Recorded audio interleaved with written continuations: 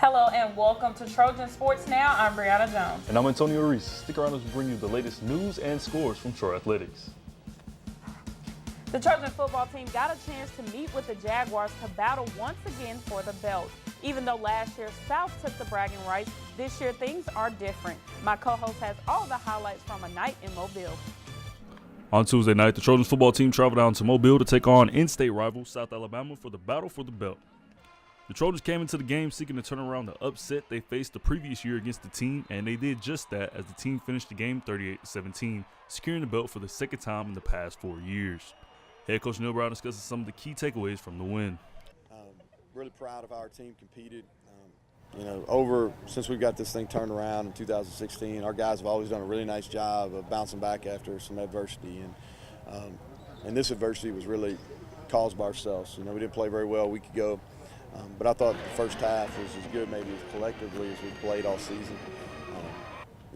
Great atmosphere. I thought our students were really loud down in the end zone. I thought our fans turned out. And then, if you look at the game, offensively, Sawyer bounced back. In a game, we won't play a game closer to his home. And he had a lot of friends and a lot of family here. So I was happy for him that he came out in that first half and hit a couple balls and really got going.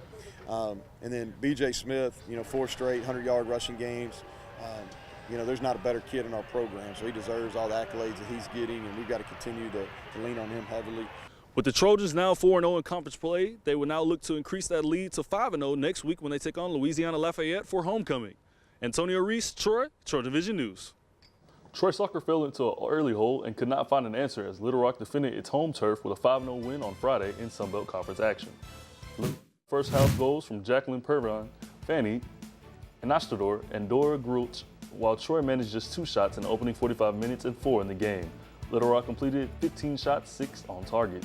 Pervine added her second goal of the game in the second half, while Gilly Aprecio capped the scoring with the team's 5th goal in the 86th minute. The Trojan soccer team clinched a spot in the Sunbelt Conference tournament with the win on Sunday. The Trojans defeated ULM 2-0 on the road in Monroe. The win, coupled with Georgia Southern's loss to Little Rock, guaranteed Troy the number 8 seed. Georgia Southern entered the game needing a win or a draw at Little Rock to force Troy into must-win scenario in its final game of the season at South Alabama on Thursday. But Little Rock scored in the final 10 minutes to take the victory and secure Troy's spot in the tournament. I think the way that the girls performed over the course of last weekend, it was a very long, hard trip. Going to Arkansas first on Friday and then playing in what was just a torrential downpour for the full game. Then the next day taking a 6-hour bus ride to play at ULM. ULM had really nothing left to play for. They weren't going to make the tournament, but they came out incredibly hard. They had nothing to lose, so they were there giving their very, very best. And given the weekend and the trip, it was a very, very workmanlike but great performance from the players that we had. And so now hopefully they'll continue with that drive and determination for tomorrow night. Troy Volleyball's 4-game winning streak in conference play came to an end at the hands of UTA, who drowned the Trojans in straight sets night at Trojan Arena. The Trojans ran into a buzzsaw at UTA and saw many of its recent statistical trends come to an end in the loss. Cheyenne Hayes' string of 19 straight matches with double-digit kills and Sunbelt Setter of the Week Amara Anderson's 7-game double streak were both snapped. Hayes still led the team with 8 kills and Anderson posted 19 assists in the match. The Trojan volleyball team saw a 4-game win streak fall over the weekend with a pair of losses on the home court. They fell to UT Arlington in 3 sets on Friday, and Charles Ferrani has the result from the Saturday loss to Texas State. The Troy women's volleyball team lost to nationally ranked and Sunbelt top seed Texas State 3-0 this past Saturday. We did not play well last night. They knew that. I think they came out and were feeling us out a little bit, and our kids responded with great effort coming out of the gate. And I think that, we got stuck in one rotation.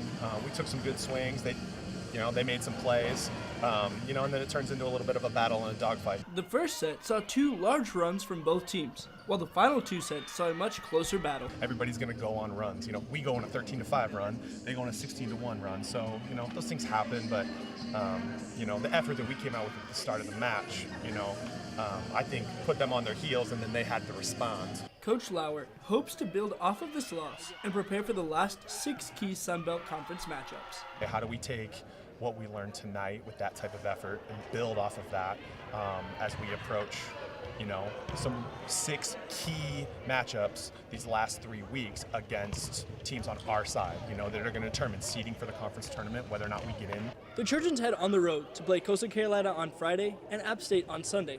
They return back home on Halloween to play South Alabama in hopes to trick their opponents and to get a treat. Shaz Pirani, Troy Trojan Vision Sports. Nicole Lorb fired a 270 in Tuesday's final round of the Palmetto Intercollegiate at the Turtle Point Golf Course.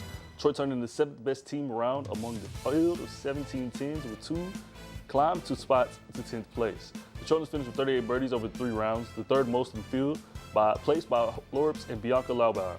Troy finished near the top of the field with a scoring average on the par 4 holes, but struggled all week on the par 5s. Lorb started on number 10 and made the turn at 1 over with 3 bogeys and a pair of birdies. After playing the first 3 holes even on the back, the true freshman turned it on with 3 birdies over the final 6 holes for a 33 on the back of the course and her 3rd round under par this season to finish tied for 17th. The Troy men's tennis team finished competition in the singles and doubles bracket Saturday on the 3rd day of ITA regionals. Sophomore Pelayo Intuya squared off against number 3 seed Brandon Lostbauer from Auburn in the singles last round of qualifying bracket and dropped a tight 7-5-7-5 match. Head coach Rolando Vargas says going into the tournament, he knew that every match would be tough. Well, it was a great tournament to go to. Obviously, going to University of Alabama, every match is very tough. I mean, our region is one of the strongest in the nations, in my opinion, and it was refreshing to see, having a young player like Pelayo being freshman of the year in the conference, stepping up, and obviously David, one of our leaders, seniors. Both of them had tremendous wins against Southern Miss, very strong team, and Pelayo beat a guy from UAB in tough 3 sets, coming down to the wire, and that's kind of what it's about. Still to come on Trojan Sports Now, we'll have a preview of the Trojan volleyball team's matchup against Coastal Carolina. But first, Briana sits down with head coach of the men's basketball team, Phil Cunningham. Stick around for more Trojan Sports Now.